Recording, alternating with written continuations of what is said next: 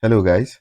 So what if I told you that a single piece of malware could halt the operations of large hospitals, companies worldwide? So in developed countries all around the world that are trying to go paperless with their operations, that have all patient records, personal information and all of that electronically stored. If this kind of malicious software hits their company or hits their organization, it's going to be disastrous. So what is ransomware? Ransomware is a software that encrypts your files or deletes your files. So it can encrypt the files and request for a ransom, or it can halt your operations by deleting your files entirely.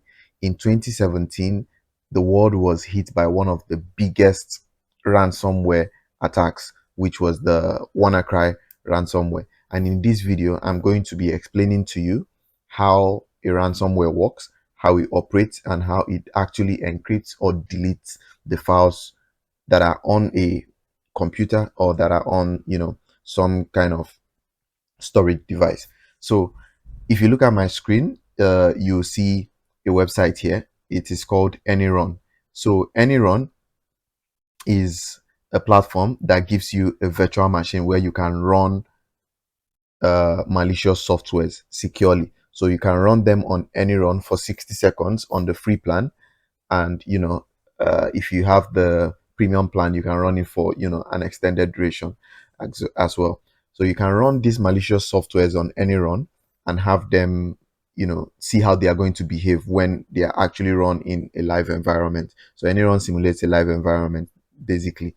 Next is we're going to be looking at VirusTotal. VirusTotal is a place, also another platform where we are going to analyze malware. It doesn't do the same thing as AnyRun, but it just runs the malware in a secure sandbox and tells you the operations or the behavior of the malware. Next thing we're going to be looking at is Malware Bazaar. Malware Bazaar is where you can download malware samples. Please note that this video is for educational purposes only. If you want to try this out, make sure you're trying it on a VM or on a sandbox environment so that you don't, uh, damage your computer or infect the network which you're on. So today I have already downloaded a sample which is here in one of my directories on the top right. So this is a ransomware sample that I've downloaded from Malware Bazaar. So yeah, that is that with Malware Bazaar. You can see all the samples and their tags.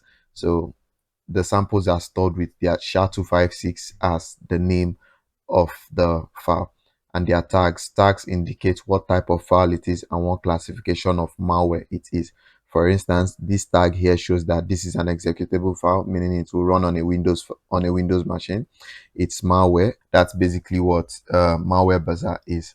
So just be careful downloading files from here. Okay, moving forward. So now that I've downloaded the file already from Malware Bazaar, it's an executable file. We're going to execute it in a secure environment, which is AnyRun, and see how the ransomware would actually behave. Once you drop on the AnyRun homepage, what you need to click is on services.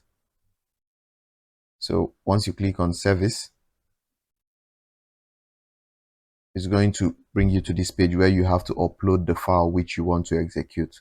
Then we'll click on here and go to the directory where the malware is located. And I've selected the malware. So I've selected the malware, then I'll click on run public analysis. So note that our analysis or our execution is going to run for 59 seconds. That is 1 minute. So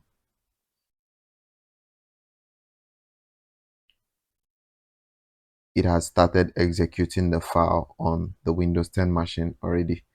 So we'll just give it a few minutes to see what happens. The file is already in execution.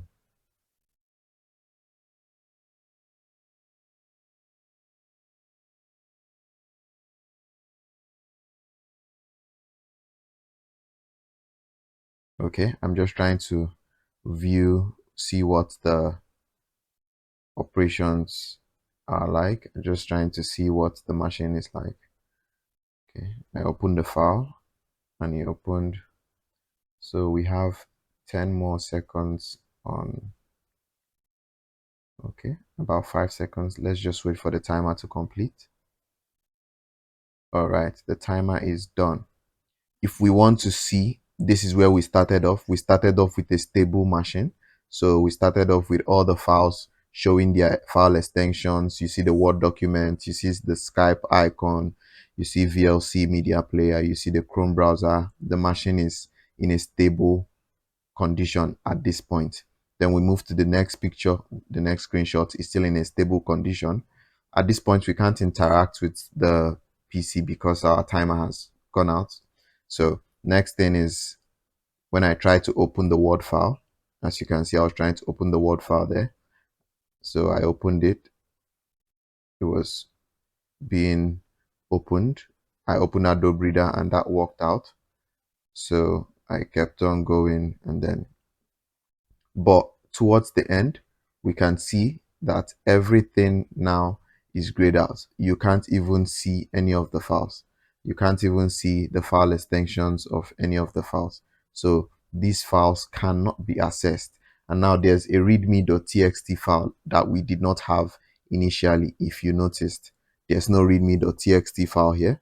So we didn't have that before, but now we have a readme.txt file. That is probably a uh, ransom note or whatever, but we cannot access any of this information at this point because our timer has gone out. Okay, next thing we are going to do, we are going to try to analyze the malware sample in VirusTotal and see what VirusTotal tells us.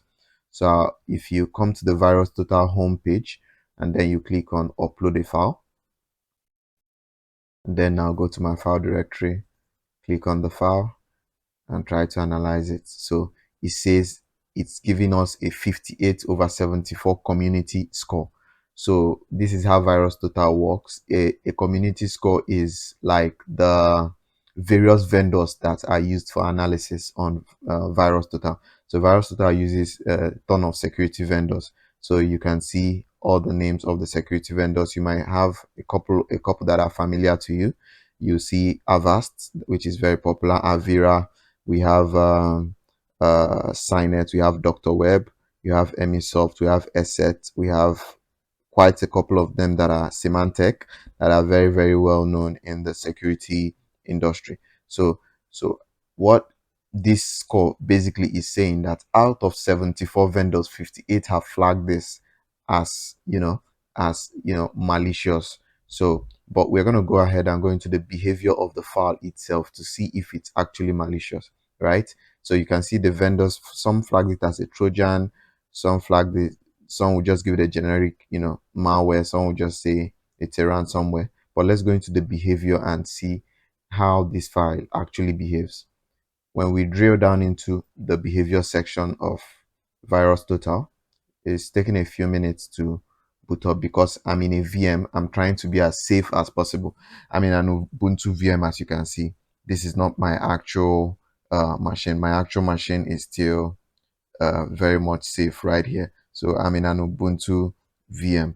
So uh, by the time you drill deep into the behavior of the file, it's going to tell you, some sandboxes that VirusTotal uses. So you have the C2AE, you have the Cape sandbox, which is a variant of Cuckoo sandbox. You have the Microsoft system internals. You have that's not a sandbox per se. It's just it monitors processes by for an executable file. So you have VirusTotal, JujuBox, you have Yomi Hunter, you have a whole lot more. These are not the only ones that are used. So it's going to tell you the activities of the file. Next, you're going to see initial access. How did the file gain initial access? Replication through removable media. Next one, execution. How was it executed? Manual local sandbox. So it was executed manually. Persistence, how the ransomware or malware will persist on the machine. So adversaries may create or modify system level processes to repeatedly execute malicious payloads as part of persistence.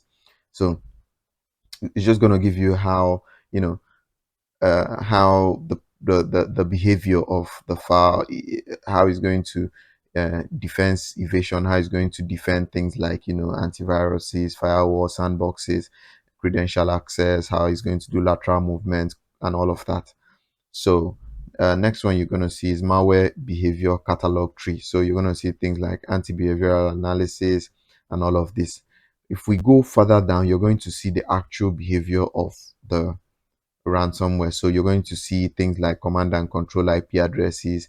So you're going to see, C2 IP addresses that is trying to communicate with. You're going to see DNS resolutions that the malware is trying to execute. You're going to see some digests, some hashes, and some digests.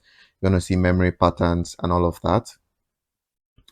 Next, you're going to see, let's go into, okay, behavior similarity hashes. You're going to see some file system actions. So some of the activities. So the malware opened these files. That's what it's trying to say. It opened a file in the recycle bin called this SMERT. If you're very familiar with security, you'd know that anything that has this .SMERT is it smells of danger. All right. Next one is files written. So it's written a couple of files as well. So this behavior is consistent with ransomware, because ransomware is going to write files, is going to open files, and is going to delete files.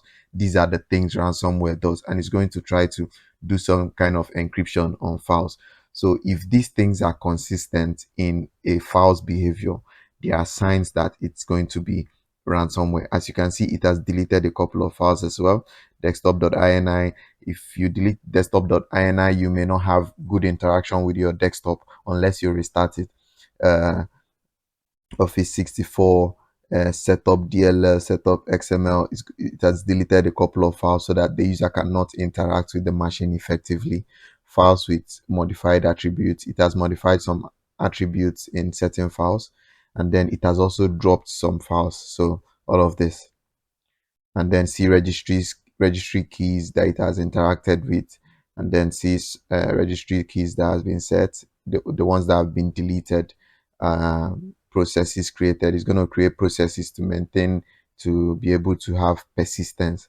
So these are things that are typical of ransomware. So yeah, so basically this ransomware did not give us a ransom note. I'm thinking its ransom note will definitely be in this readme.txt, but I can't open that now. Another ransomware analysis I had done before now is the one of the actual WannaCry. So I analyzed the WannaCry, and this was the ransomware for WannaCry. If you've analyzed WannaCry before, you would know that this is how the ransomware note look like. It's going to give you the time left for you to make the payment. It's going to give you your files will be lost in such and such time. It's going to give you options to make payment, which is typically a Bitcoin address, and it's going to give you an option to decrypt. And it's going to give you an option to decrypt. That will be after you've made payment. So that is basically about it. That is how ransomware would typically work if it's on your PC. So you should be very wary of things like email attachments, drive-by downloads, files that have been sent from people you don't know. Things like that are means through which ransomware can be deployed or can be sent to your device, to your infrastructure, to your PC. So yeah, that's basically it. Thank you for watching. If you like this video, please do like, share, and give me a thumbs up. Let me know that I'm doing well. Thank you so much.